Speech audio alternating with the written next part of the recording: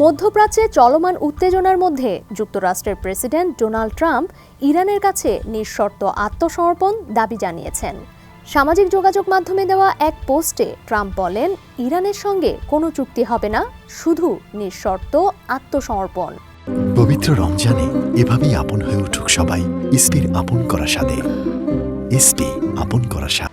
পোস্টে তিনি আরও বলেন, ইরানে এমন নতুন নেতৃত্ব প্রয়োজন যাকে তিনি গ্রহণযোগ্য মনে করেন।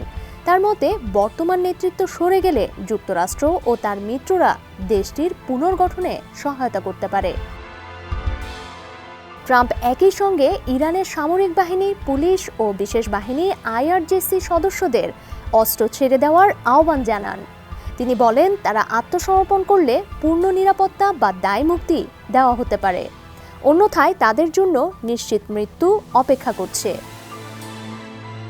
মধ্যপ্রাচ্যে যুক্তরাষ্ট্র ও ইরানের মধ্যে চলমান সংঘাতের প্রেক্ষাপটে ট্রাম্পের এই মন্তব্য পরিস্থিতিকে আরও উত্তেজনাপূর্ণ করে তুলেছে বলে বিশ্লেষকদের ধারণা। ডেস্ক রিপোর্ট, সমকাল।